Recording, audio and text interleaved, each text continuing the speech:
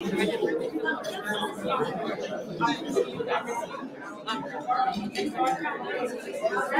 Good afternoon, everyone.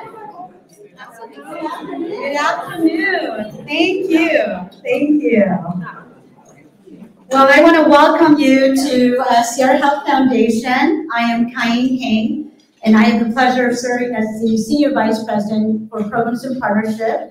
And while our President and CEO, Chet Hewitt, is on sabbatical, I also have an additional hat that I wear, and that is that of our acting CEO as well. So I am delighted to welcome you all to our campus, to our building, to a topic that is very near and dear to my heart. It is growing equitable food economies, lessons at the intersection of economy and food justice. And for those of you in this room, I know some of you know this, I come from a family of farmers in Minnesota. So it is indeed food for my soul today. So thank you to our conferencing staff and our comms team and all of you for bringing us together for this soulful conversation. We are, because of our limitation, have had to limit the size and attendance to this particular speaker series. But I will say that there has been an overwhelming response to this topic. And I think that is telling in terms of the times in which we find ourselves in safeguarding our community, particularly at a time when there's a lot of concerns and uncertainty about our political, economic, and environmental landscape. So I don't thank you all for being here in this space. You know, for us at Sierra Health Foundation, we've long been committed to addressing health and racial equity through grant making and convening. And this is why these kind of spaces and community gatherings is so important for us. Our approach has always been about more than just financial support. It's about how do we create that community of practice, right? Being able to create a network and expanding that network so that we can include knowledge sharing and collaboration. And for the past 10 years, we've been proud to sponsor the speaker series. Many of you have joined us in other speaker series topics and glad to see some familiar return face. And we feel very strongly about this space. We believe it is an opportunity to bring all of us together, to bring speakers from outside our network. So you are introduced at our speaker series, new partners for whom we have not had a chance to work with. But we hope that in bringing all of us together is the beginning. We're planting the seed for future collaboration. So we're so thankful for our partners today and the many ones who have joined us in the past and continues to respond to our invitation. In the time that we've hosted these conversations, we've talked as a community about a whole host of issues, anywhere from adolescent brain development to youth incarceration to building cultural frameworks for Native and Indigenous lands. So this year, we are focusing on climate crisis, from moving climate crisis to climate justice.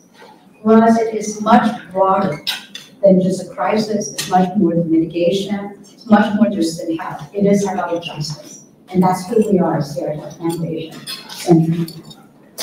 So our hope this year is to examine the connection between climate change, economic opportunity, and racial justice. And we know that we can't just talk about physical health without talking about health and stability and access to healthy food. We can't talk about justice without addressing spot on the generation of harmful policies policies and practice that have impacted communities we live and work in. And we can't make decisions about growing the places we live and work without understanding how climate change will impact and is already impacting our neighborhood. Just look at the wildfires that we're seeing popping up. The wildfire season is becoming longer, right? Drought, access to water. All of these are a manifestation of the climate crisis that we see ourselves in, our ability to respond from the justice plan. So today, we are so thrilled to be able to kick off our series this year with a discussion on how we can make economic, climate, and food justice in our community. So we've invited a new partner of ours, Planting Justice, to discuss community-based solution to the intentional disruption of economic mobility in relationship with food, especially among communities of color. Planting Justice is based in Oakland and has spent the past 15 years building Northern California's largest permaculture nursery and addressing inequitable access to healthy food, safe community focus on youth who have been incarcerated. Today, they will share with us their powerful model for growing community engagement, prosperity, and health. I know I speak for all of us when I say I look forward to hearing more from Planting Justice, your experience, your thought, and how we need to deepen this movement that you've been clearly involved in for many, many years. So let me introduce a couple of the folks that you'll be hearing from this morning. Let me start off by introducing Gavin Raiders, who served as the co-director for Planting Justice. He is joined at the stage by Sol Mercado, who is the re-entry coordinator. Kovan Page, who is also on stage, is the farm manager. He oversees aquaponics at the farm. And Otis Fike, who serves as the nursery manager. We're also honored today to be joined by a dear friend of ours at the Sierra Health Foundation, Dr. Yojima Ononuju. It's a mouthful, and I say that because I refer to him as our dear friend, Dr. O. Okay. And so Dr. O will be serving as our moderator. He manages, runs, and actually, it's a long time, not only a long-time partner, but he actually runs and operates the estate farm. So on your table are produces from the estate farm. So thank you, Dr. O, for sharing your bounty with all of us. And we invite you to, take a piece of squash, some kiwi, summer squash, and please have it as a reminder of this incredible conversation we're about to have. So with that, I'm going to turn it over to Gavin to kickstart our session. All right. Thank you. Thank you so much.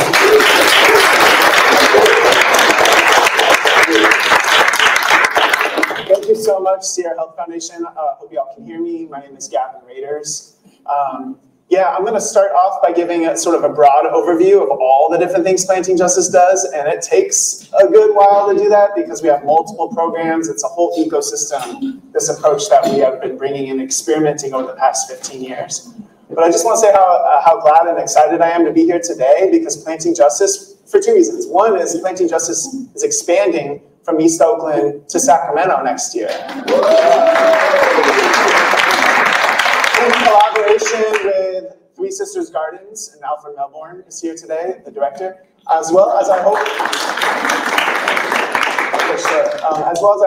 with many of y'all in this room, because we're only going to build the world and get to the place that we need to for our survival and thriving if we are doing it together. And so as much as possible, Planting Justice wants to lend what we've learned, the privilege we have as a 15 years in organization to help other organizations, especially those who are newer or are starting.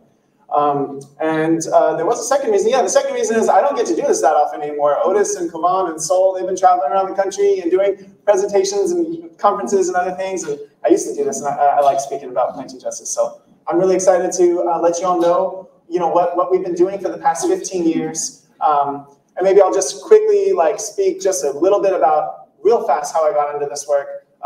From around the ages of 18 to 24, I was very deeply involved in the anti-war movement, doing a lot of direct action work that came up during George W. Bush years, and really just started to understand how militarism was at play in my own community in Oakland, and this drive to not just fight against all the time. I mean, fighting against is important, and I don't want to downplay that, but the onslaught of capitalism and militarism and all the ways that changes and shapes forms, we're always going to be fighting against.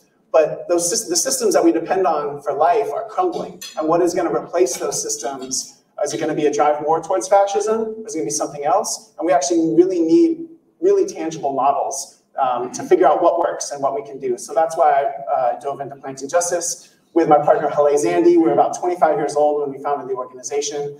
And at that time, we started, also getting into prison abolition work and wanting to actually I had never been incarcerated. So at that time, I went to San Quentin sort of as a volunteer to start to meet people who were trying to do good work inside the prison, and met folks who were incarcerated as part of this garden program that actually Sol got to partake in. But was really struck by just like, yes, there's a lot of programs inside prisons, but what is there for people when they're coming home? And how can the experience that folks were having about this garden that was transformative for them inside, how, when they say, hey, we want to do this when we get out, we don't want to go back, like, how are we going to do this? It dawned on me that I need to utilize my privilege, all the unearned privilege that I have as well too, to hustle and organize and get resources to create full-time living wage jobs for people coming home from prison, so that we're not like asking people to volunteer, right?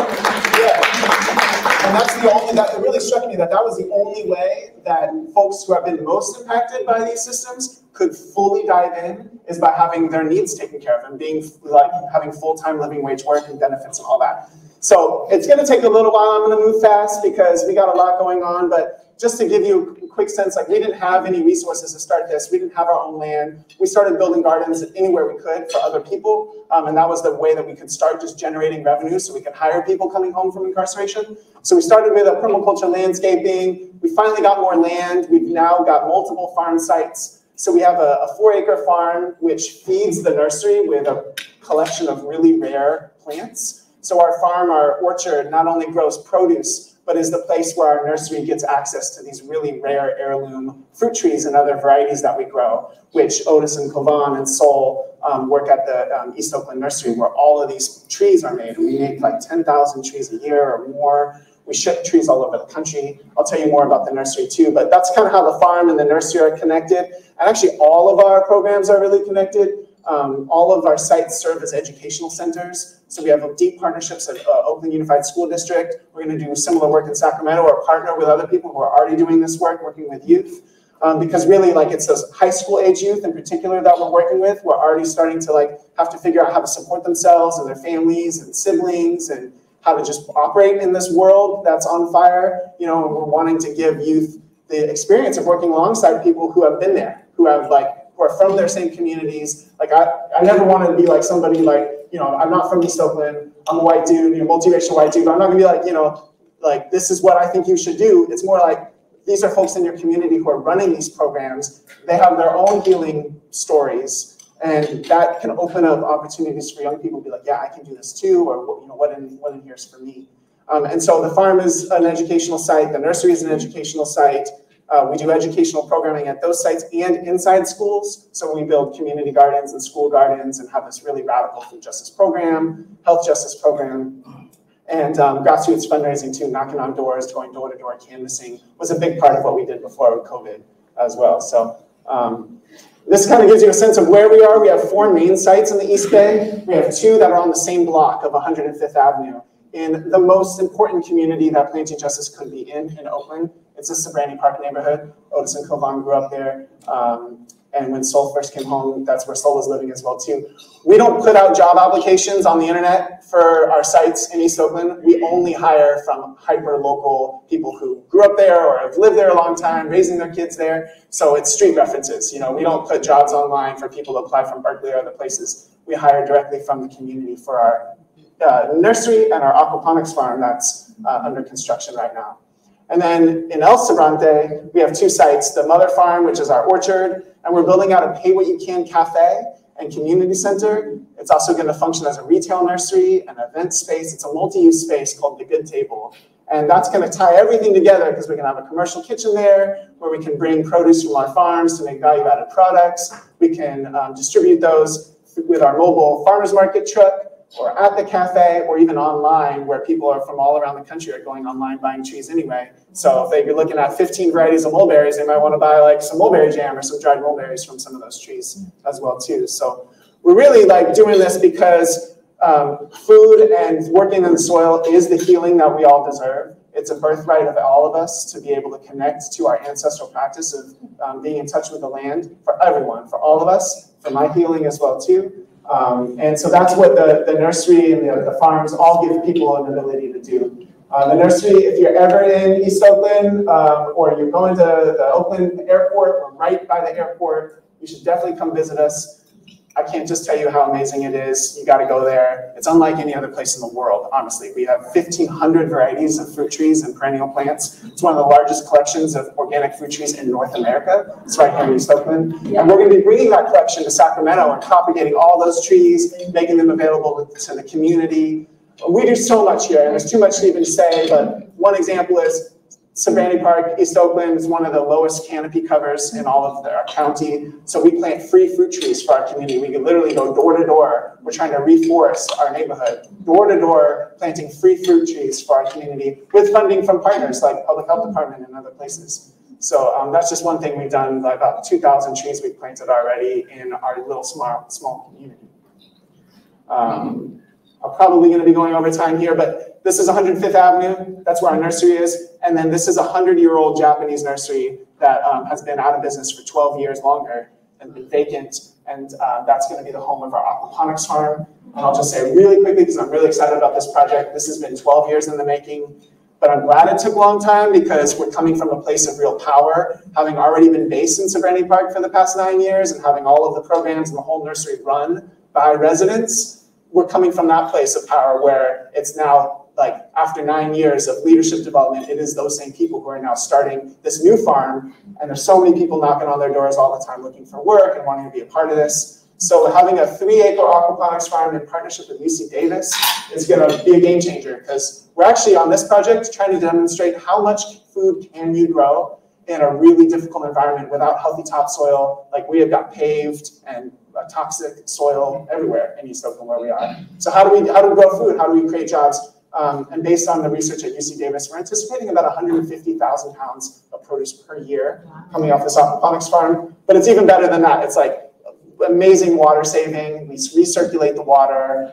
We are, harvesting our own electricity and water as well too from what nature provides us. So it's going to be a really exciting program. And the last thing about it I want to say is we're not doing this just for ourselves. We're doing this to figure out a model that works so that other people can do it. And so this is meant to be a cooperative incubator farm. What I mean by that is some people want to be a staff at a nonprofit because they like that stability. Other people want to own their own land and own their own business. And so we want to work out all the kinks, take cohorts of people to teach them how to do it in a good way, connect them to buyers so that not everyone has to become like an expert in marketing and distribution, all this stuff. People can learn the farming and we can all collaborate and grow produce together to meet a larger demand for produce so that it's a multi-site cooperative where people can own their own land and own their own business. And this is part of our land back strategy in East Oakland is long-term residents who want to own land and own businesses can have a pathway to do that and not have to figure it out themselves because it's so hard to figure it out ourselves. We're barely doing it.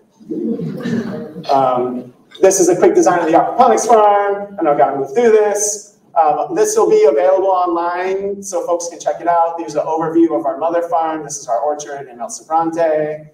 It's an amazing site too, so beautiful. This is the old, it's both of our sites that we're working on right now are old Japanese nurseries, and that's a whole other topic. The history of Japanese nurseries in the East Bay is really important.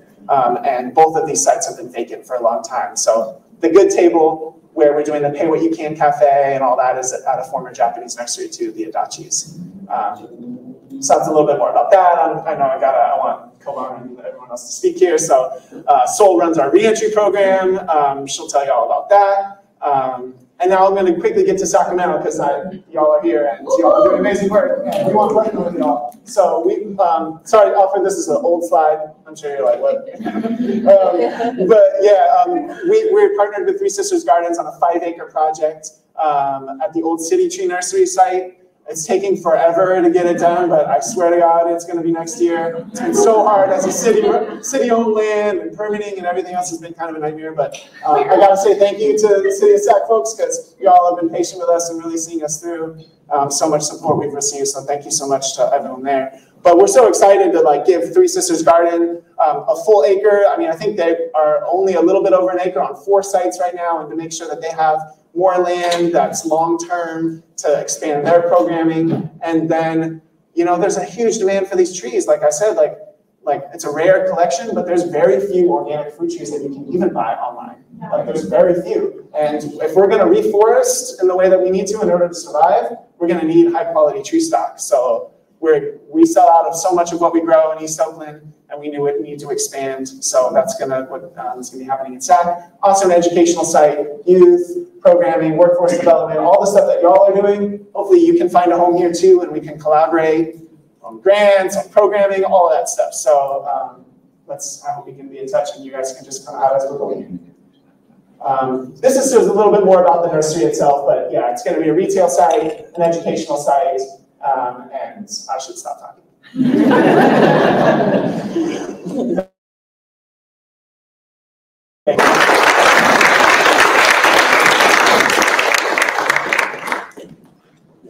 You gave us a ton of information very quickly, and let me just say I'm super honored to be sitting up here with folks that have done what I've been dreaming of doing for the last few years.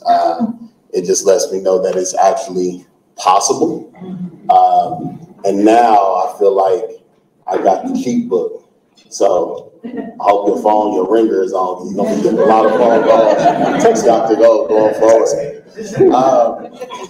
So I have a few questions for all of you here. Gabby, you talked about it a lot already just in the introduction PowerPoint, but if you could, what were you hoping to accomplish with Planting Justice, and have you accomplished that?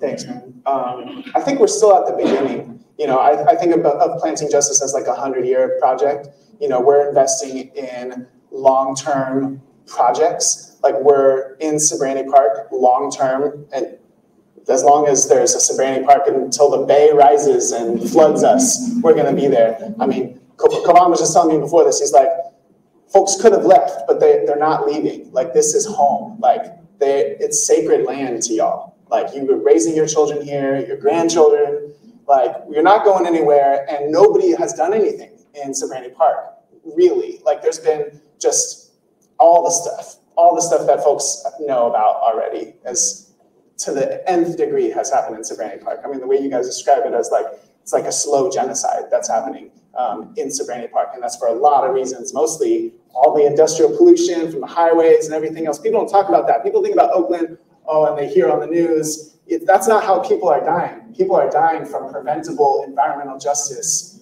reasons, like the diesel corridor that goes through 880 and gives off cancer to everybody. I'm actually not answering your question. But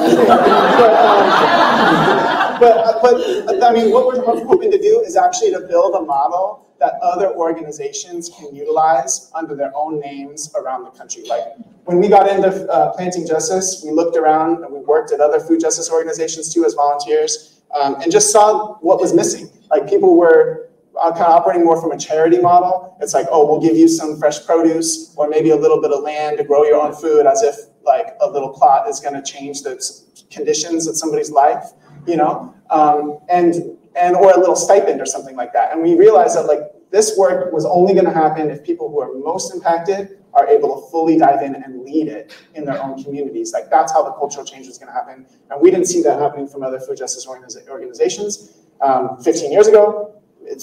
I think things have changed, but anyway, we're at the beginning because these are projects that take a long time to build out. This aquaponics farm has been, like I said, 12 years in the making. We're finally constructing it, but it's a seed farm. Like it's meant to help seed other aquaponics farms throughout East Oakland, throughout the country maybe. And as I've met over the years, so many people who are hustling, trying to do food justice work around the country, so many of us are facing the same issues of the rat race, of foundation dependence, and all this other stuff, and how to fund this work. And we need models that work, that actually are proven. So what long-term, 20 years, 30 years, maybe down the road, or maybe sooner, we hope to be able to like help other organizations become like affiliates if they want to, or like, you know, we don't expect anyone to be called Planting Justice. We want everyone to be just doing their own thing with their own relationships, with their own names, but to be able to share our model with as many people as we can, so that it can be a systemic structural change in our food system, which is our long-term goal. It's not just to build out one rad organization in Oakland. It's like, we got to change the whole system. Appreciate that. Want to put some shine on Otis, Kavan, and Soul. What brought you to Planting Justice, and why do you remain? Why are you still? I know, Otis, you've been here for 8 years. What has kept you here with us? Man, I'm missing. It's a bunch of reasons. Just my community ain't really had no healthy eating habits in years, like a long time. I can think of like 30 years. So we used to have like a little vegetable truck in the early 90s. It's been gone. So once PJ came, it kind of run the bell back on me again on how we can start showing the community how to eat again. Like everybody forgot how to eat it, you know what I mean, healthy in my neighborhood, you know what I'm saying? So that's one of my main goals. I've been trying to teach everybody how to really eat healthy again. Because I learned all over again, because I forgot. My granny used to grow all that stuff. So when she lost her house, we lost all that, you know what I mean? So it's just, that's what really drives me the most. I teach a lot of people how to eat healthy and grow. I might not look it right now, but I am. But yeah, that's my main goal. And really, that keeps me there. Like, I got to keep going, showing these kids and little kids, passing it on, you know what I mean? So, yeah. It's interesting you say that. I had a couple of young men helping me out a couple of weeks ago, and we were harvesting some produce from our little area. And I said, "You all want to take a bag home?" And they both looked at me and was like, "Nah, we good." Nah, yeah. And it just was another reminder of how we've lost the practice of eating healthy, right?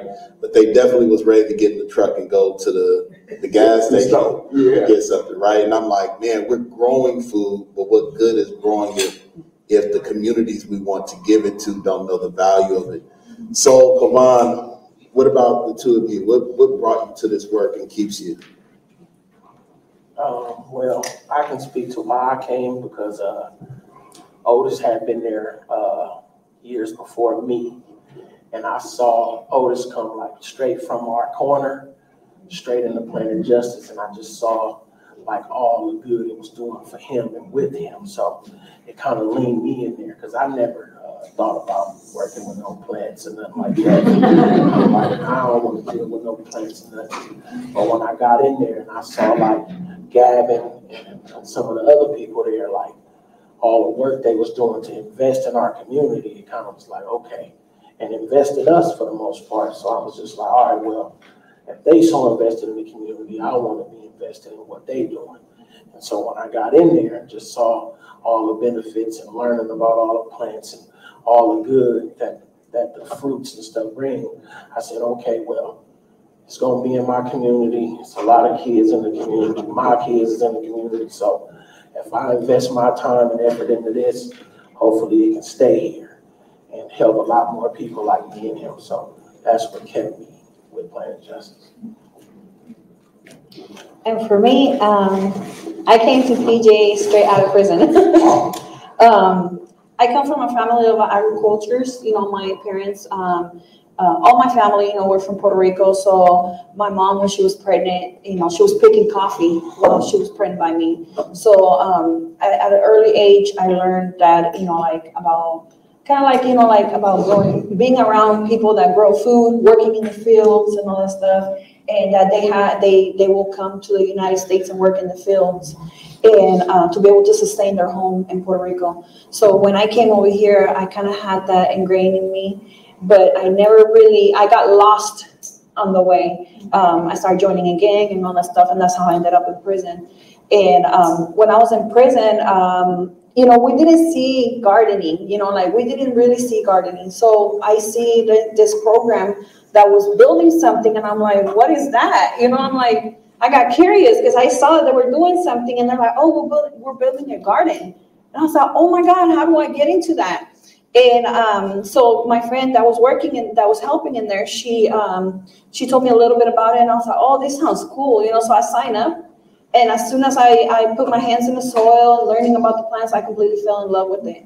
And once I started learning the connection about how we connect with plants, how us as human beings are so related to plants, and how our healing process relates to plants, you know, and that's how when I was facing a parole hearing, I had completely fell in love with this work, and I told them, I said, when I get out, I really want to connect with another place that works with plants and works with healing and all that stuff. And that's how they connected me with Planet Justice, because the program, Inside Garden program, Gavin and Hele were going to St. Quentin and volunteering with them. And that's how they had a connection with them. And that's how I was able to get out and, and be, in Planet Justice. So before I got out, I had a job waiting for me. And as soon as I got out, he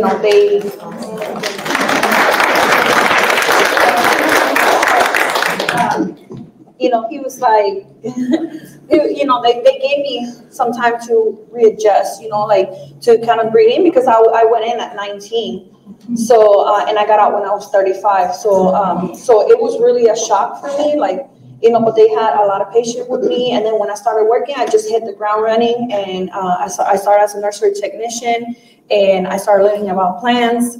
And I felt so happy because I was free and still working with plants and learning about plants. And so I've been there ever since, and I've been able to step in and do different things, different roles, and just giving back. And I really love what we do, that, we're giving back to the community. I'm all the way from Antioch, but I find myself advocating for Surrounding Park and helping the community in Surrounding Park. And because when I paroled, I landed there. And so that's been my community, and I've just been learning a lot about giving back to the community and all these different things. So now that's what I do with my job. So you jumped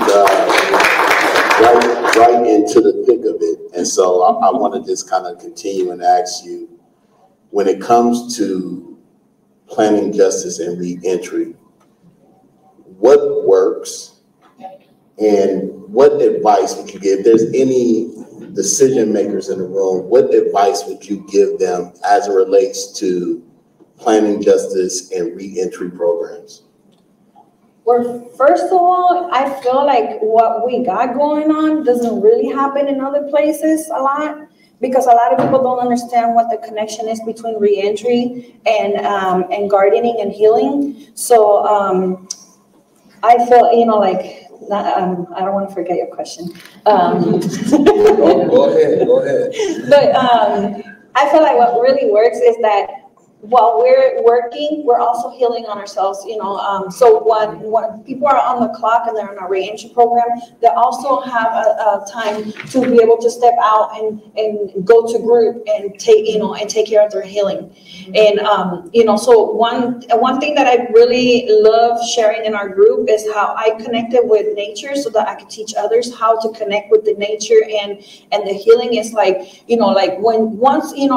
if you want to find recovery and you want to heal, what is it that you need to do in your life? You need to weed and prune weed and water and prune that plant so you could blossom and grow, and so you could bear fruit, so you could, maybe that beautiful flower. So what is it that you need to do in order for you to be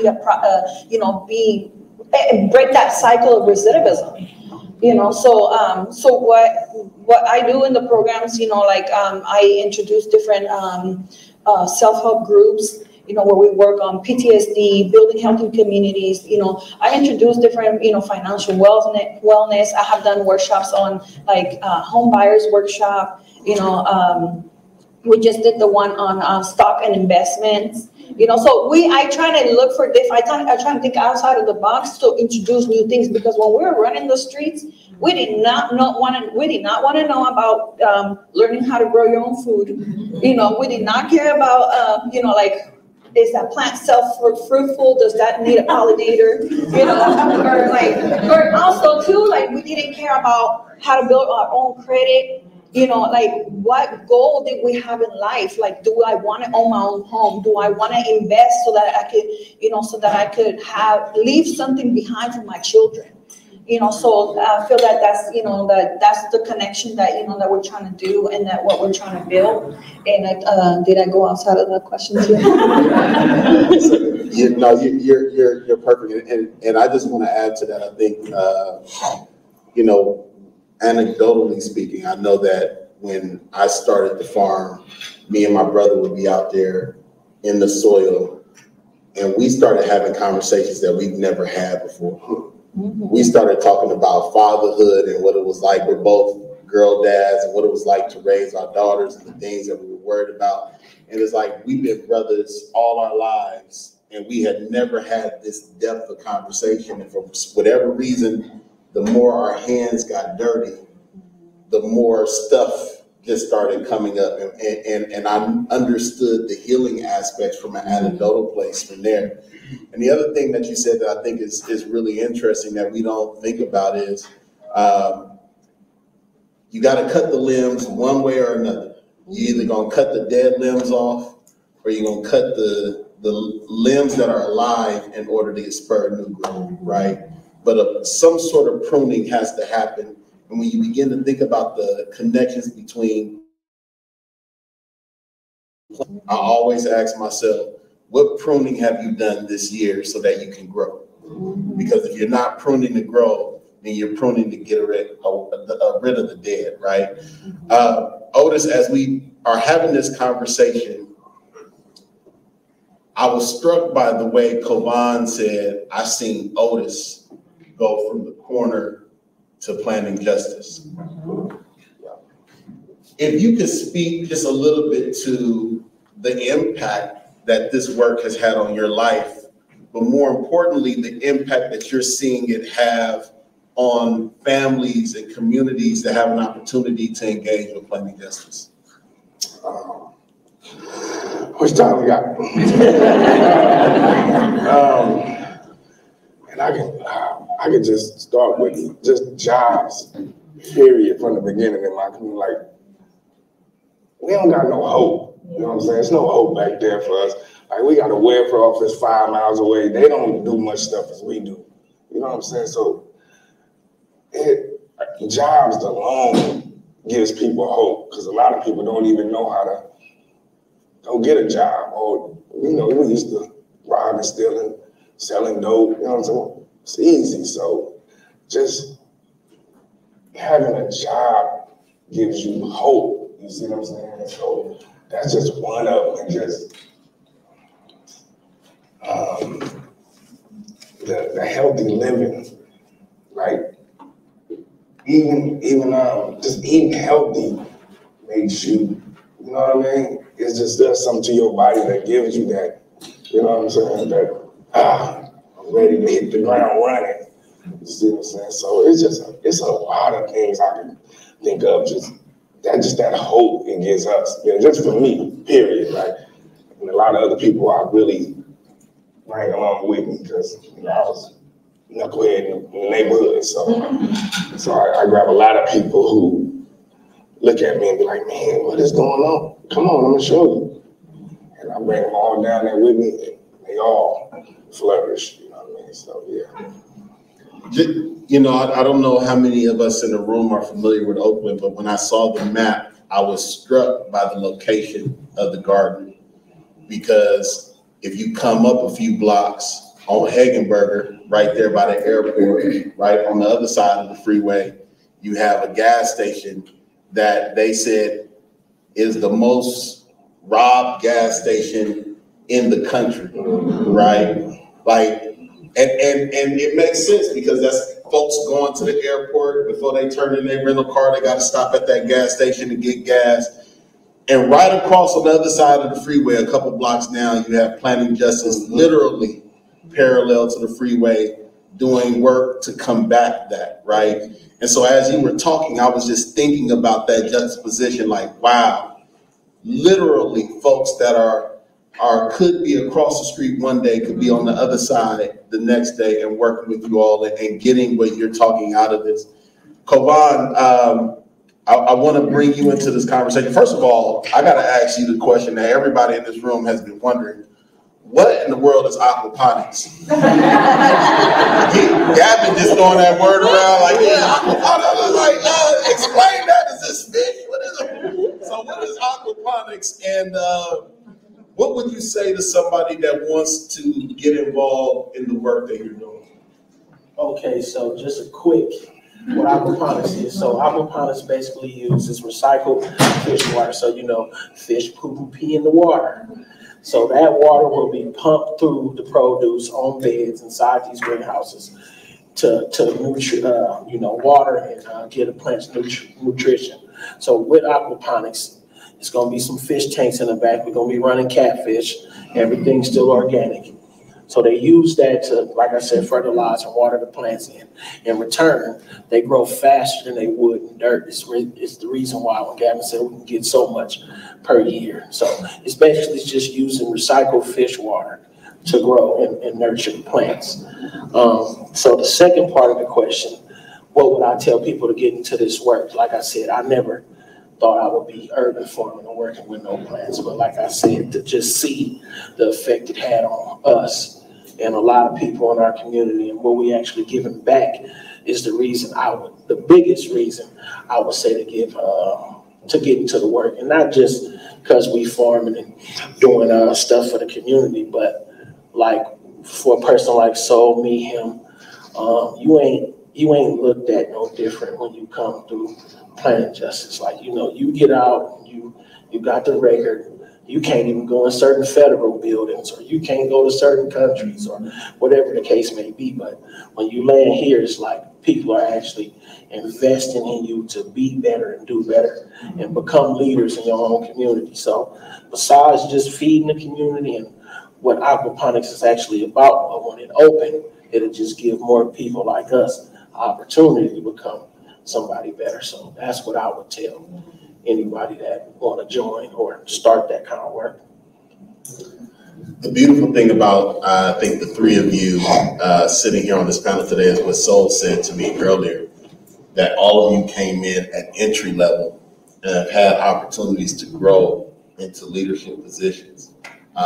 So that, as Gavin is saying, the community owns this. It's not something that other people from outside the community own, but you walk in and the leadership is representative of the community that is being served. With that, we had a beautiful PowerPoint that showed all the different projects that are coming up. But I want to know, for you three individually, what's next? What's next for you? What's next in terms of what you're hoping to see in this food justice movement? What's next in terms of the bigger picture and the smaller picture? What's next? Well, for me, I always get crazy ideas when I put them to work. So I'm constantly working on different projects and to grow our reentry program. So I feel like I'm still at the beginning. And, we're hoping to have paid internships, to have, people learn different skills. I'm still building the program, where I'm introducing different things, I didn't mention that also to our participants, if they need therapy, we Planning Justice pays for their therapy.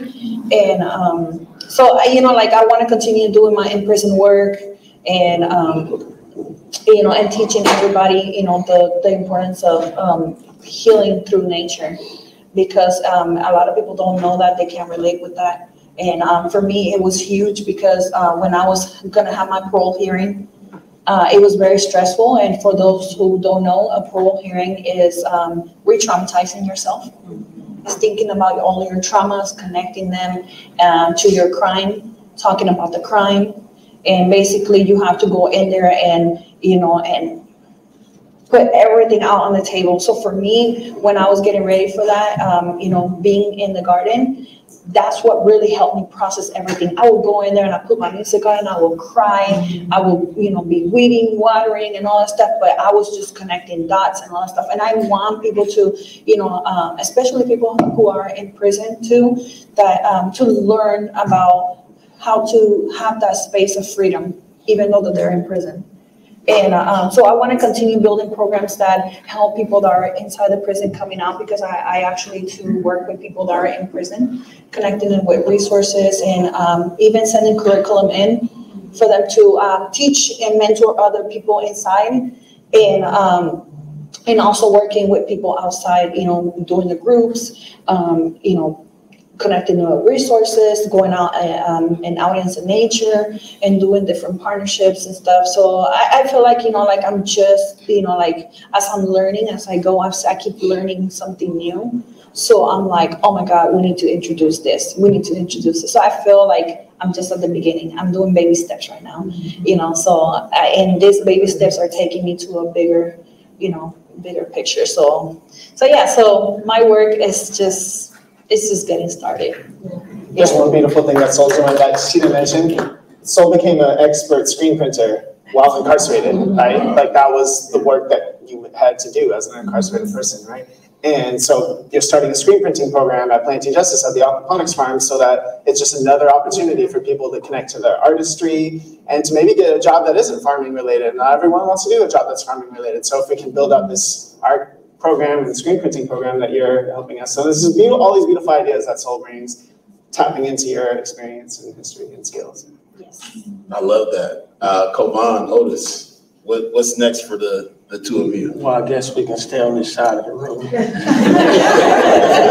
But my short-term goal is to really see this aquaponics thing through because, like I said, I know it'll bring more jobs in the community for more people who need them. But my long-term goal is to continue to work with Planet Justice to gain some of the land back in our community because I watch so many people I grew up with, old people that's been there for generations, like lose their house and their land. So if my long-term goal is to get some of these people family homes and spaces back, working with Planet Justice. So that's my long-term goal. Man, he took that right out of my mouth. But no. So, yeah, we kind of like got the same goals. Mine would be similar to that a lot, just to get a lot of land back and teach a lot of people how to grow their own food. Like right now, we just left Minnesota. I heard somebody say they're from Minnesota at a Hoffa farm, teaching them how to grow trees. And they didn't know how, so that's one of my real big things. I really enjoy showing people how to grow their own food. So hopefully I can keep going with that. And right now we are currently at work, so building our own nonprofit. So we're this close, so we will be having our own nursery soon too. So it'll be a mock-up of Planet Justice. So that's my long term. You can't, man, you got to tell us more about that. You didn't advertise. Tell us more about this nonprofit. Well, it's just like he said, like we're trying to get some of these family homes back. Mainly is our main focus, really. And build a nursery at the same time with it to get more people jobs. So we can just have jobs for the whole everybody. You see what I'm saying? We just got their federal tax exempt application submitted. So right now, Planting Justice has been fiscally sponsoring it, the Sacramento Park Community Healing Council, and they're really imagining it as this like land trust kind of thing, right? So it's really like to get the homes back, to get the land back for a variety of reasons, for housing, for food production, for nurseries, for farms. There'll be our first satellite aquaponics farm, I'm probably pretty certain, in the community as well too. So it's just really exciting that like long-term residents being able to start their own organizations, and that's one of the best things Planting Justice can do is just like help to just like, you know. And the support, it's like that community needs support. So we be in a community a lot, supporting a lot of people. So that's my long-term goal for now, you know what I mean? So I can pass it on so we can bring that community back, you know what I mean?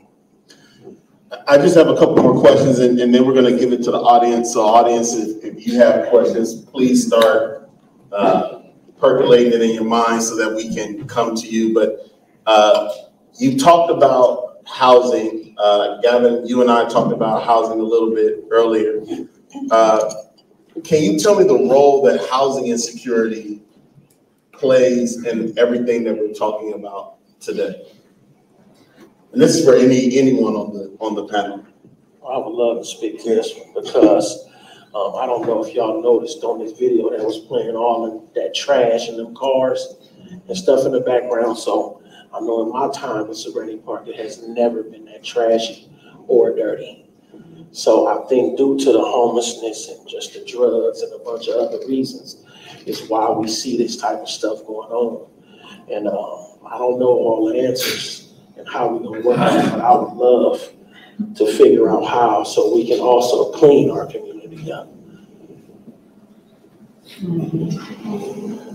Yeah, I mean, what's a human right if not a human right to housing, right? Like, has there not been a movement in this country to make housing a human right?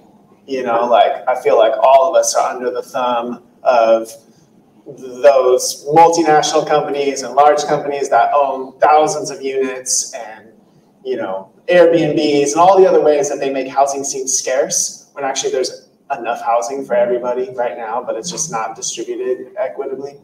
And we come to situations like this where we're in Sacramento Park, across the street is basically run by a slumlord, but those apartments are nearly $3,000 a month, you know what I mean? And it's just like, they're not hardly even habitable, you know?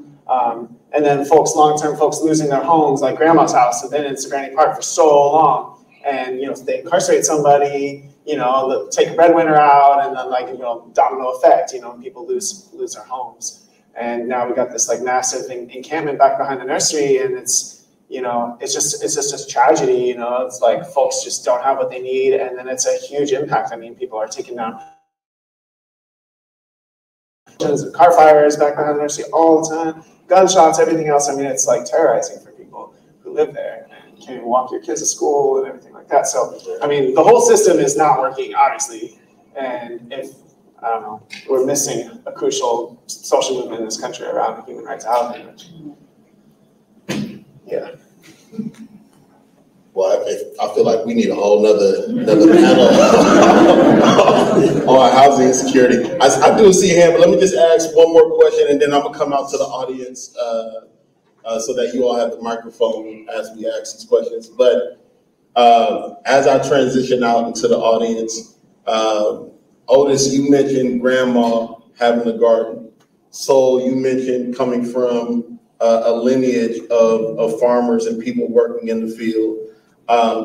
As you all have engaged in this work, in what ways have you been able to make those ancestral connections with gardening and understanding that, you know, our people have always been farmers. We have always been people who have worked in the soil and have grown food. What sort of connections have you made with that since you've been doing this work? I done got good. Like, I done got good. I know how to start my everything, from seed to grafting, to having me a meal on the table. So I done got good. So yeah, I think that'd be my connection, because I love it. Like, I wake up out my sleep and think about, my plants in my backyard. You know what I mean? So I don't know, maybe that's Granny right there. Like, go check them plants. So yeah, man. And I be trying to, you know what the crazy part, I be trying to get my son into it. And I be like, man, you don't even know where your food come from. He think everything is involved. So when I show him one thing, like, oh wow. So that's be my little, like, Granny, yeah, there you go. They're your strawberry, they're your cabbage, they're your peas. That's how I get the Granny coming out of me. Otis, I appreciate you saying that, because there's somebody in this room, I ain't gonna name no names, that be making fun of me when I be telling them I be dreaming about my corn. I be like, I was dreaming about my corn. I gotta get out there. They speak to you. I can hear my plants right now and be like, you don't need to come water. You need to come water. I love talking to my plants. For me, I have made a lot of connections. You know, like me and mom used to have a really hard relationship, and now we have learned to communicate and get along with each other by gardening. You know, we have over 50 plants, and every time I see a plant, I'll be bringing it home. She's like, "Oh my God, like I'm gonna maybe take care of," you know. And then, but one thing that Otis didn't say is, like, we're working, helping with the garden, and his son is involved, and he's involved with it, you know. So, but my connection, like, I just had like a aha moment, like a few weeks ago, of why I felt so connected with gardening and all that stuff. And it not only come from, my mom, my dad, my uncles working in the field. I just did the ancestry, and it was so cool. And, and finding out, I have ancestors, like my ancestors, where they came from, and that they were slaves, and, and all these things, like working in the fields and all that stuff. And I just felt that, I feel like our ancestors call us. our ancestors, speak to us through many different things, and we just don't know how to identify it. And so I felt like, like that connection, like in learning different things, like the little hints that they sent you and all that stuff. And I'm like, oh my God, they work in this, they did this, they did that. This is why, I feel so called to do this. And and every time that I go to Puerto Rico, I'll be gardening with my dad. We just went to this big farm, and he actually worked in that farm, and I didn't know. I was like, I see it through Facebook, and I'm like, oh my God, I want to go visit that farm. And when I went and I took him there, he said, I worked in this farm before, So we got a bunch of like grafted avocados, and I was over here looking at this. He said, which one do you think? If we were able to connect like that, and getting like, having knowledge of this different, and planning it together. So I feel like, my relationships with my family, like, with plants and all that stuff it has helped me a lot. And then learning about where do I get that urgency of wanting to grow my own food, or wanting to take care of the environment, and pass that along to, to my daughter, and, stuff like that. Awesome. I gotta say 2 quick things before we open up to Q&A, because I just really want to bring this together real fast and just be really explicit about it. Mass incarceration and recidivism, people going in and out, is by design. Like, we all know that. It's by design. The inverse, freedom, is also by design.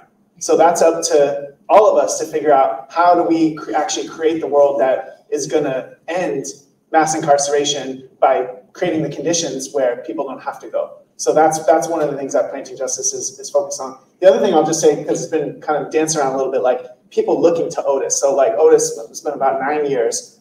From the very first week that we started the nursery, Otis came over and be like, what are you guys doing? Like, and they're like, want to do it with us? And, and immediately, like, hired Otis on the spot. And then, but the thing is that people, like, you incarcerate one person, it's not one person, it's their entire families, but it's an entire universe, actually. It's all of the people who know them who are impacted. And so when one person, say Otis was the only person who didn't go back and stayed free, it's like not only your son and your family, but all the people you know in Serenity Park are changed, because they're seeing you make really amazing changes over the past 9 years. Like, what are you up to? Like, oh, like we can do, that's the cultural change that is needed and is happening. And this works. Like, we've had 90 or so formerly incarcerated staff members at Planting Justice over 15 years. And like, I think 2 or 3 have gone back in 15 years. You know what I mean? So like, the state, recidivism rate is like 66% or whatever. It's like 3 or 4% at Planting Justice. So we're showing that this actually does keep people free, and we need to be doing this on a much larger scale.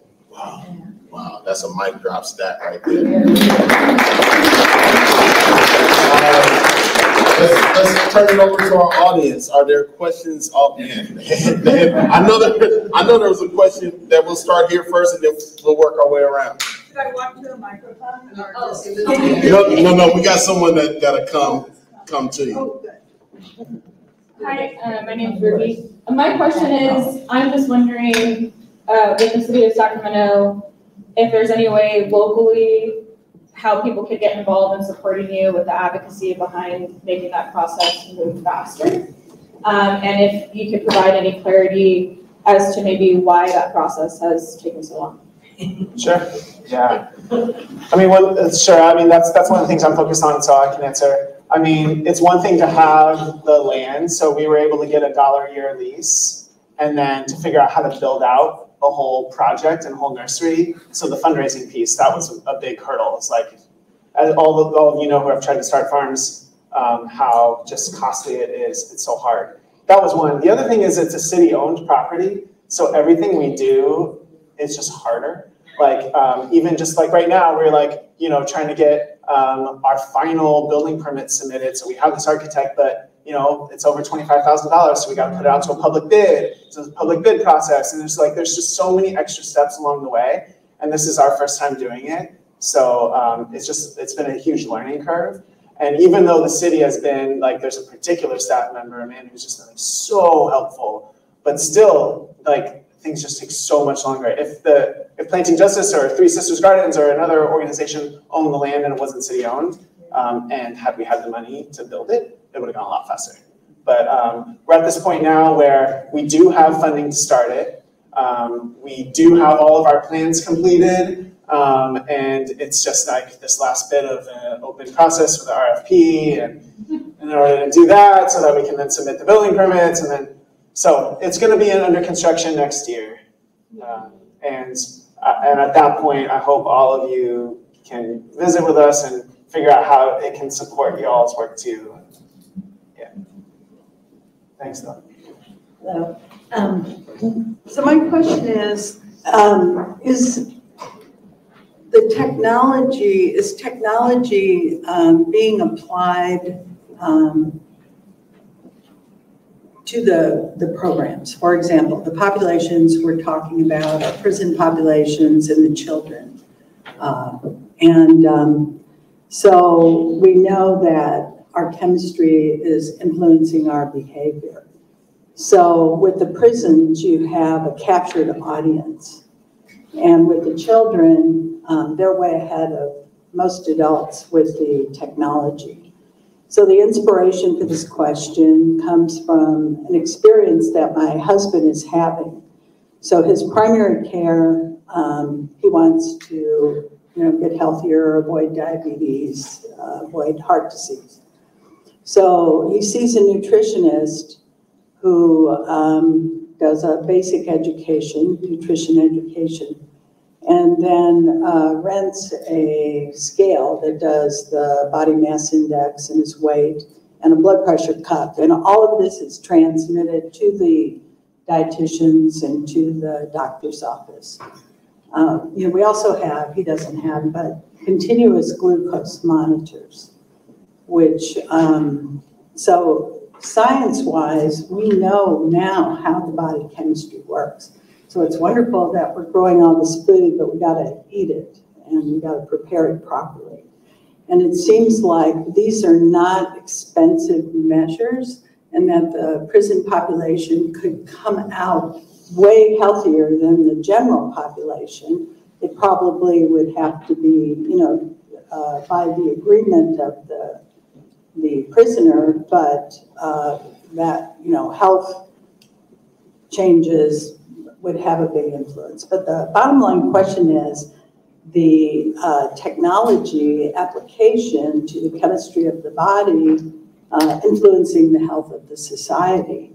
And the future health of our society depends on the health of our children. And a lot of our children are in trouble. Just one other point, there's a physician, Robert Lustig, Northern California, UCSF, wrote a book called Metabolical.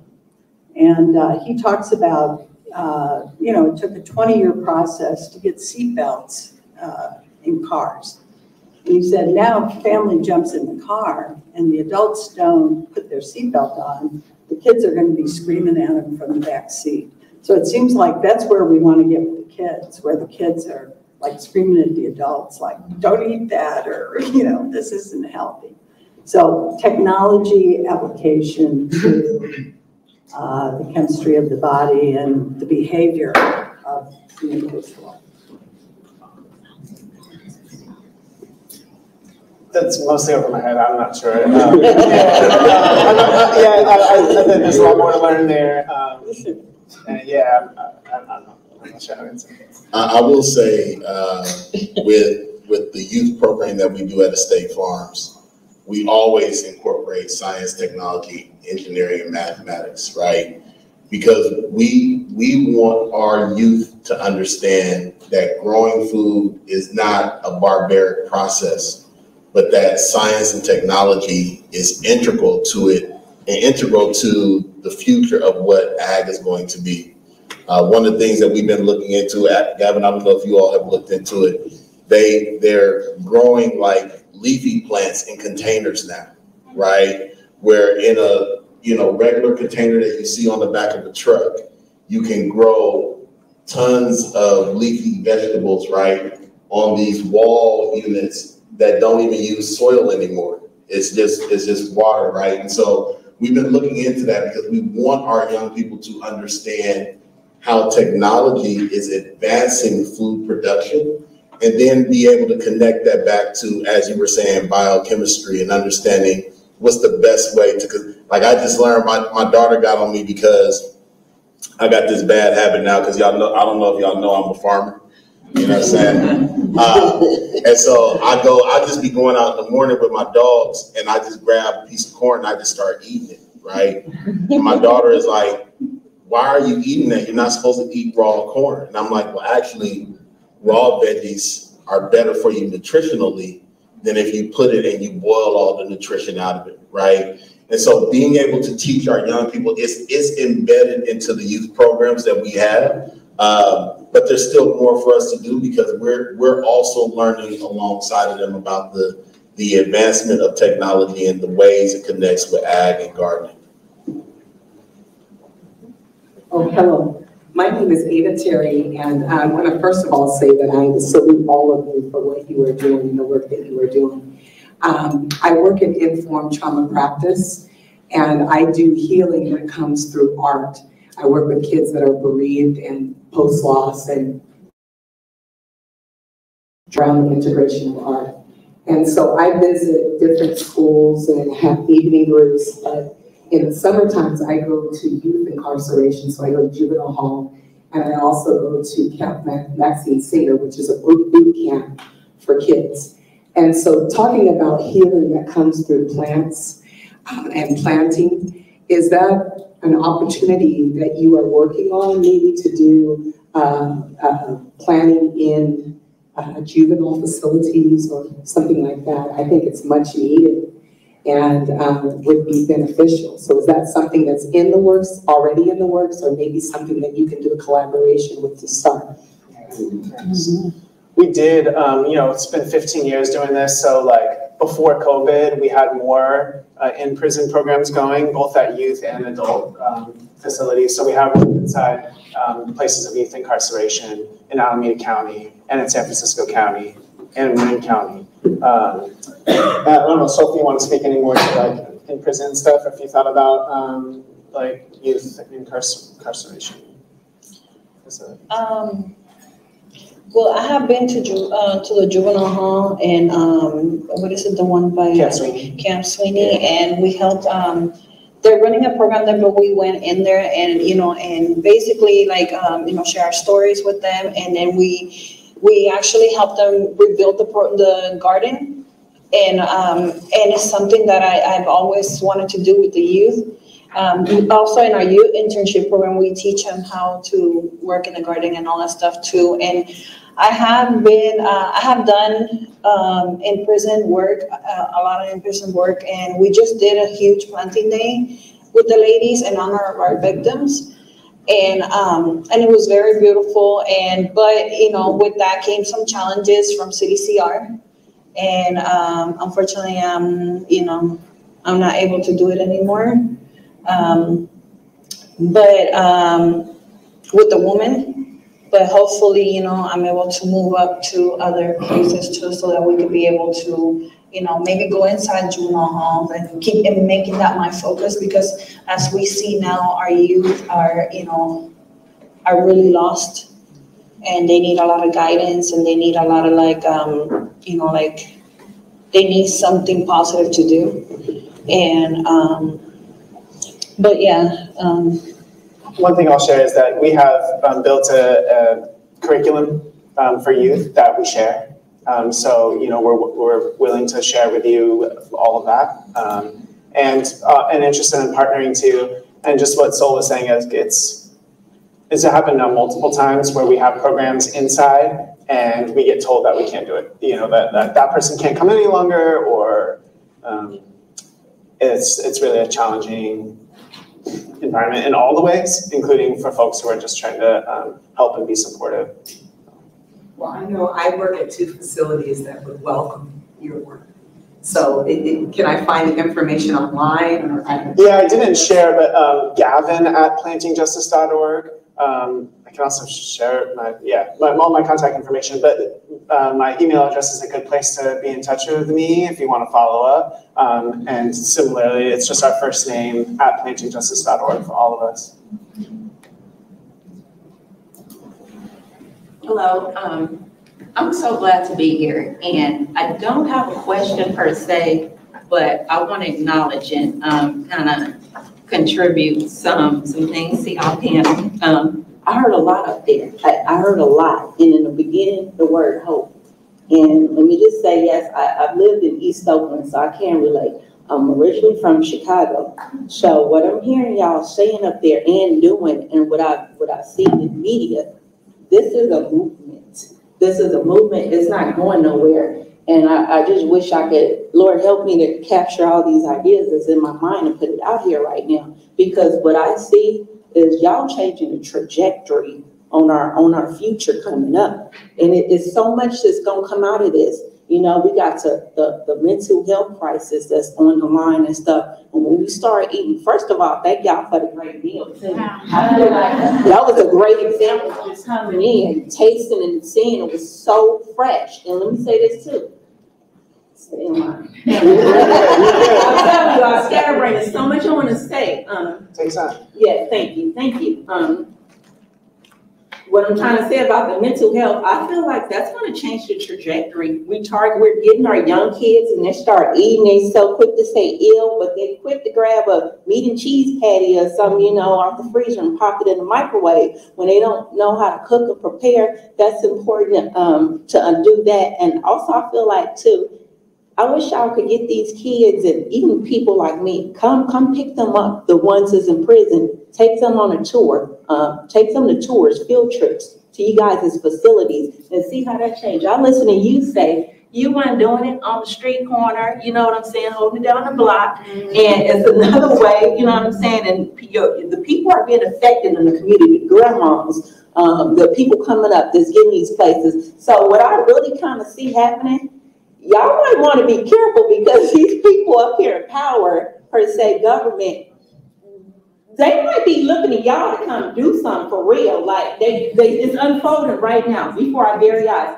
I've seen this in Chicago. Me being from Chicago, you know, thugs on the news selling produce in the garden. Oh my goodness, y'all know what kind of problem Chicago got with that. So, and when I see this, is coming out of like poor communities. Because I guess the upper class already have the money and the funds and the resources to get what they needed. So we doing this from our own backyard. Sabrina, poor, come on. Oh my goodness. And it's happening all over the U.S. And they tore Cabrini Greens down, but these people, they're my people too. They're coming from the hood doing this. You traveling, going to Minnesota. My dad used to say he wanted his farm. I used to hear him saying at 6 or 7 years old. He's 71 now. He still ain't got it. I'll give y'all his number because he talked about it last week. Tell me where you want me to put this land because the veterans gave me some more money. And he was like, we gonna eat good and live good before I leave this earth. And I'll be in agreement with them there. And another thing I wanted to say that I know for a fact that food is medicine. And if we don't do better by ourselves with what we put in our temple, and that's with everything, alcohol, drugs. If you see how it's penetrating our minds and making us flip, food is half the battle right there. I was in Egypt last summer, and the diet over there is so different. The food is so pure, so natural. It took us a minute to get used to it, but it was like, oh, it was so clean, so healthy, so fresh. Came back, 15 days later, I went to work like the next day for a 4-hour shift. They recommended us sit down, not do too much. And I started feeling a little woozy. I didn't know what it was at all. Then the next day I went to work to an 8-hour shift. Before noon, I couldn't even walk right. I couldn't walk right. I was unstable. I needed help to get to my car. I almost needed somebody to drive me home. But what I later found out I was detoxing off of the American diet. And when we were over there, we felt how clean we were. We was almost like still hungry, not enough. We were like looking for top ramen, just something to fill us, you know. But I know what had us change in 7 days. So when we got back to America, pretty much all of us got sick because we were back on American food. And that's just the testament that if we really change the way we eat, we can change a lot. Climate, mental health, job security. we might have, you never know, the government officials coming to be a part of y'all team. Y'all might be their employees, you know what I'm saying? The things can change. It always said, the last shall be first and the first shall be last. Oh, one more thing. I am not, as a matter of fact, let's just say as a matter of fact, I'm not Soledad O'Brien, okay? I am Latoya Mays, and I tend to pay attention to how she highlights these stories around the country. So that's kind of why I wanted to kind of contribute, and I see what y'all doing, and it's going somewhere big, and ain't no going back. Thank you. Keep doing it. Thank you so much.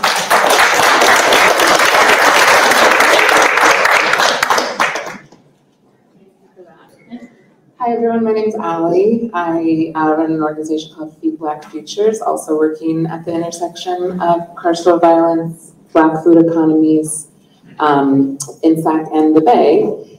And Gavin was really integral to the process of me co-founding Feed Black Futures, and was not a gatekeeper, and I was really grateful for a conversation we had early on. Something I had a question about was conflict resolution and mediation on your team, and what it looks like to support people who have come out of being inside and have a lot of trauma, and what it looks like to mediate conflict within a team in a way that's generative and rooted in restoration, if that is something that y'all are working on. That's a great question. You got it right to the heart.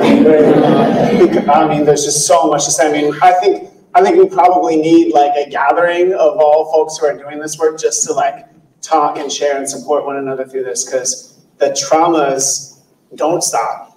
They're continuous. They're happening every day in Sovereignty and in deep East Oakland. For all, I mean, just the trauma of like living in this world right now, and that can't not show up. It's a constant, you know, not just the traumas that folks experience while incarcerated, which are next level, but also the continuation in families and for the children, for their loved ones. I mean, it's constant, and it's hard. And we've tried a lot of different things. We've leaned on outside, like elders, facilitators, experts in this field that we call in for support. That's been really helpful, because we know we can't like solve everything internally ourselves. So we've really leaned on folks who do this like professionally, who are facilitators, conflict mediators, who love our organization and just want to support and love the people and like have a lot of just wisdom. You know, that's one of the things that we've done. And it's also like being an employer sucks. It's the worst. It's awful. Like, I mean, and it's so hard to figure out how to, you know, the line of like, quote unquote, enabling, you know, and all that. Like it's so hard. I mean, and then you introduce all kinds of other additional stuff, like people falling back on like, you know, drug and alcohol abuse. And I mean, and we gotta protect our staff too, like protect, and using that liberally, but like, you know what I mean? That's just like, in order to have like a positive work environment, and sometimes like it's been really hard, you know, we've had to let people go, we didn't want to let go, you know, and it's challenging. So I feel like that's a whole thing that we really need to like just help support one another on. I don't know if we got something to share. I was about to say, because it's even harder for us because we had to let people go from our neighborhood that we still live by. So you can just imagine how that works out. It's a little tough at times, but like you said, it's just hard, but it's kind of easy on some fronts because a lot of the people we do know. So, but it's bittersweet because some of them, when we had to let them go, like I said, we still live and see each other. So. But one thing I want to point out is that when conflicts or different issues arise, we always step up to and offer support. Like, what is it that you need so you can get back on track? You know, like what kind of support do you need? Like what is going on? You know, how can we help? You know, and it's up to the person to take the help or not, you know? Do you have a social worker on staff or like healing? Not really, and that's something that we want to incorporate. Yeah, somebody who's doing more, because we've had to do it just ourselves, you know what I mean? Like helping people connect to housing, helping people connect to mental health support services. I mean, that's part of what Soul does, but Soul is not trained in social work, you know what I mean? So it's like, we do need a social worker. We've kind of imagined this like healing justice coordinator kind of position and put it out there a little bit and didn't quite find the person that we were thinking, but yeah. We also have a life coach, you know, she's an elder and she comes and she talks to us and, you know, she gives us tools and, you know, she talks to people one-on-one and she follows up with us too. And sometimes we just put people's employment on hold. They're like, you know, if you can go and get these things done and like get clean, you know, or like, you know, we help people give that, like holding that as sometimes that works and sometimes it doesn't. We had time for about 2, maybe 3 more questions. Just keep that in mind. So I think that was your way of telling me to keep it short. That's my business partner. That's her. So my name is Morgan Brown. We actually have a youth arts and ag program in South Sacramento. So I got like a 2-part question.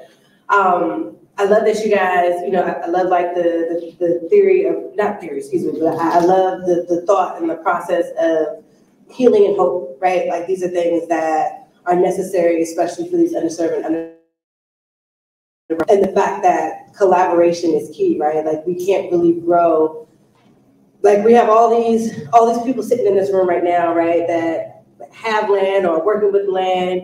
And a lot of the times the problem that we do have in our communities is we're so busy trying to do it ourselves instead of working together. Right. When if we all were to collaborate on a huge agricultural project like the food that we can produce, and we're just saying just free food, just planting trees, you know, there's things like that that not only help mitigate the social crises that we have racially, but also environmentally. So 2-part question. So we work with youth. Our primary focus tends to be teens, right? Trying to, like that high school age, trying to keep them from getting in trouble, and the ones that are already in trouble, to keep them from getting in more trouble. We've just launched this program, Jumping in Dirt and Jays, right? Because like me being African-American female, like I don't, like it's easier to kind of get the teenage girls to come out and come help. And one of the biggest issues that we have is really getting our African-American boys out. Like it's, you know, I can incentivize them with a $50 gift card for an hour. They're like, no, it's okay. You know, I'm like, hey, we'll have cute girls there. They're like, it's still okay, right? Like they don't want to do it. So the first question is, how do you all incentivize getting, you know, that teenage boy to like to be a part of outdoor programs, thinking that, you know, and get that whole cliche of thinking and gardening being square. So that's the first question. Second question is, because our program is based in South Sac, one of the things that we run into a lot is the corporate fear because of the area, so to speak. South Sac has a stereotype. And because I know, you know, you all are in also a stereotyped area, how is it, like, funding is great, right? So don't get me wrong, anybody know what funding is? Like, I want all the funding, but we want bodies too. How do you encourage or get people to come out in areas where they may more so be like literally coming out to? Man, that's a good one. I think just for me, what I be seeing is really consistent basis, word, or just keep pounding them. Every time you see them, if you stay on them, that's what I do. I stay on them in their head. Every time they see me, they tired of me, they run. But eventually, they come because they finally like, let me see what it is. But as far as getting people to come over there, where we at, that's another hard one, Julie. I tend to tell people, you BIP safe. I don't know if anybody knows what BIP is, or that means they break in your car, so just come, and we can escort you in, escort you out. You don't even got to worry about it. So, so that's just for our neighborhood, because a lot of people know they're scared to come over there. So, yeah, that'll be my end. You know, we give a lot of schools tours. You know, so when they bring the kids to our nursery and we give them a tour, sometimes, you know, some of the kids get what they learn there. You know, they get curious and they want to come back and they be like, do you guys have internships or can we come and volunteer? You know, or like I've, you know, come across that, you know, the schools that we have in Surrounding Park, when I see the kids and I know their parents or something, you know, I start building community with them, you know, and I'm like, hey, how you doing today? when you're ready, come and volunteer. And they're like, okay, so that's how we've been getting a lot of youth to come and wanting to be involved. Financial incentive too. We have a youth internship program. We pay $18 an hour to our young people to come out and just be part of the program. But it took a long time to be able to figure out how to fund that, right? So it's hard. It's hard, but having that financial incentive is important. They come running when they hear that talk too. Yeah. I need a job. They literally come and they're like, 12-year-olds, 13-year-olds, they come like, I need to apply for a job. I'm like, how old are you?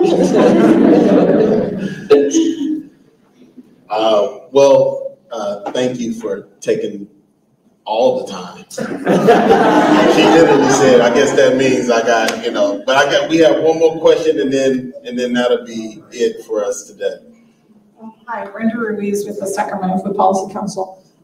Being that resources are so hard to come by, does Planetary Justice incorporate any mutual aid kind of supports or solutions like diaper giveaways or I love what NorCal Resist does locally, fix-it clinics for brake lights and other things, like how can we fit other gaps without, I'm wondering if you guys have explored that and what you guys have explored. That's been one of the ways that we've been able to really build relationships with folks, especially in the early days of being in Serenity Park, but giving out free fruit trees and going out, literally knocking on doors, being like, we're here on your block today planting free fruit trees, do you want any?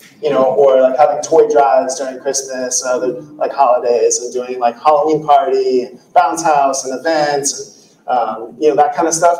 But that's one of the reasons why these guys started their organization, is because there's so much more in the community. They know the person who just had their tools stolen, who's a landscaper, or the person whose RV has a mold issue or something like that. So we just started getting resources to the new organization that they're starting so that they can distribute funds doing mutual aid. And you guys can speak to anything you want to say about that. But as close as we can get to the folks who know, because I don't know, I don't live in Sacramento County, so I don't know who's the person that really needs the help. These guys do. That's why I was saying support. We definitely support a lot of people. A lot of people come for. People need money on their books, just from school supplies, help with their rent. It just goes on. So we do a lot of that in our community. Buying beds. You'd be surprised, but like I said, there ain't no hope, but it's the only hope they got is us. You know what I'm saying? So yeah, we do a lot of that. So they know they can come down there and see either me and him. We got y'all. We gonna make it happen for y'all some way. Just give us a couple of days. You know what I mean? And for me, I love connecting with people with different organizations. And I have helped a lot of the people in the community to find resources too, not only reentry. And we just did our first resource fair at the nursery.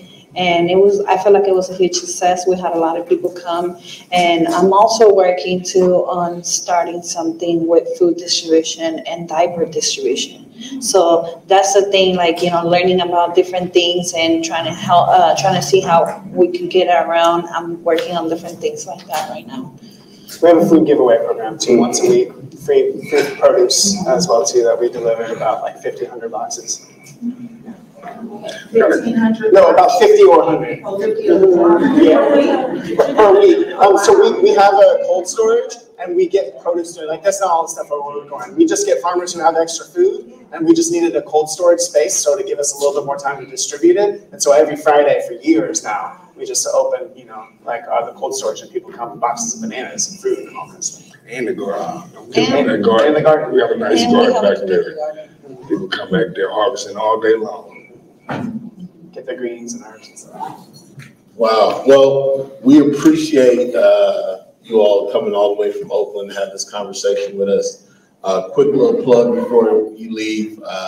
State Farms is hosting 2 free community events in the next couple of weeks. So we have the Marcus Garvey Fest that is on August 17th at State Farms. And so if you want to learn more about Marcus Garvey, Black Liberation, et cetera, please come out to State Farms on August 17th for that. And then we have our Excelsior Market on September 1st. We typically do a farmer's market first Sunday of every month at our farm. And so it's an opportunity to come support local Sacramento artisans. We even have folks coming all the way up from Monterey to sell their local wares at our market. So we want you to come and support. We're going to try to have the Black Cowboys out there again so that our young folks can get free horse rides, right?